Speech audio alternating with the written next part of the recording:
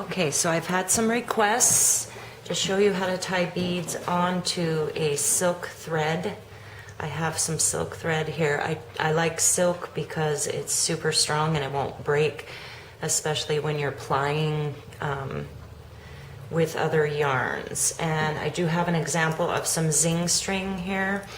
It's kind of pricey. It's $20 for one spool, so it's a cheaper way to get beads on your string. As you can see, these are just hand tied, just like what I'm gonna do. Every few inches, they're just hand tied on. It can be any interval that you want. I personally like to put mine a little closer together.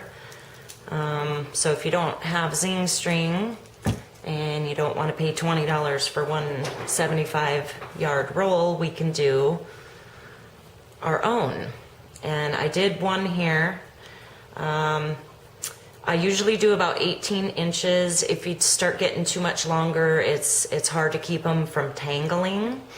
If you want it to be longer for plying, I take one of these empty spools from the zing string. You can use a toilet paper roll, you can use a business card, anything to wrap around and keep it contained so it's not getting tangled. I take it, you can use a little piece of tape. Gotta hold that with my finger. And then you wind it around and keep it contained like that as you go.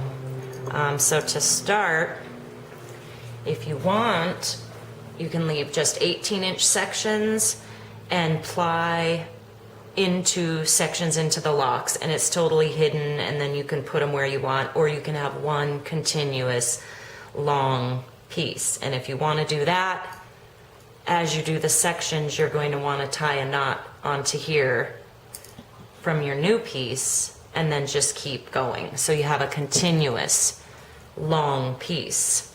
I take it, I have pretty good eyes as far as close up, but if you wanted to use a beading needle, might be a little more helpful. I just grab a little bead. You want to put it through just like you're threading a needle. Usually I like to go every couple inches, you know, anywhere between 2 to 4 inches. Leave a little bit of a tail at the end so you can get it started. If you're plying it into like locks and doing a single ply, you'll want a little bit of a tail there to get it started. I just do an overhand knot, basically. I've got my overhand knot and I pull it tight, and we've got your first bead on there. And then you'll have to, it is time consuming, but it's so worth it because it's absolutely gorgeous when you ply it into your yarn. It looks amazing, which I've posted pictures of it on the Redding Method group. And this is why I'm doing this, for all the lovely ladies that I've met on the Redding Method Facebook group page. We like to post pictures of our hand spun yarns, and it's very, very fun. Oops, that one came undone. As you can see, it's slippery because of the silk, and it's tiny, but as I said, you'll get quicker as you go. It is time consuming, but so worth it because it's just amazing. And then again, we have another one tied on. And you just keep going down the line. You can make them closer together, further together, whatever you want. And again, I'll show you with the one I have weaved. You'll just want to take, if you want a continuous and not just short pieces, again, you'll have to tie them together. I do an overhand knot. That usually works pretty good, and it'll hold it pretty sturdy if you just do an overhand knot.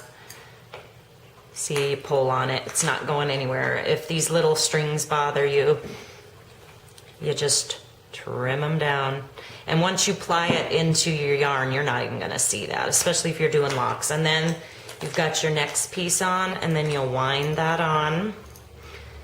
Because believe me, if you don't, I had about 7 strips of 18 inches one night and had them hanging over on a hanger and thought it'd be okay, and because of the fan it got them all mixed up, and it's really hard to untangle them, so then you'll have to redo all the work you spent.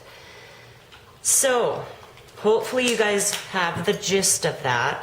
I'm gonna do another video where I take it and I'll ply it and show you what I mean as far as plying it with a single or just plying it as you're making a single with locks. So there's a couple different ways you can use it, but it's amazing and it just makes your yarn look so pretty.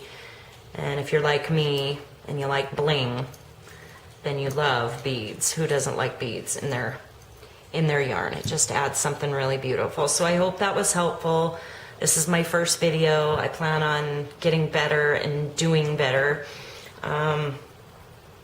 I'll be posting more, as I said, of me like spinning it and incorporating it into the yarn. But you can pretty much use any beads you want. I have these tiny little seed beads, but you don't have to use tiny. You can use a little bit bigger. As you see on the zing string, they've got some bigger ones alternating with the smaller seed beads. So it's pretty much, the world is your oyster. You can choose any bead you want. This is a cotton string they use, but I notice it's like doubled up because of course cotton isn't going to be as strong as silk.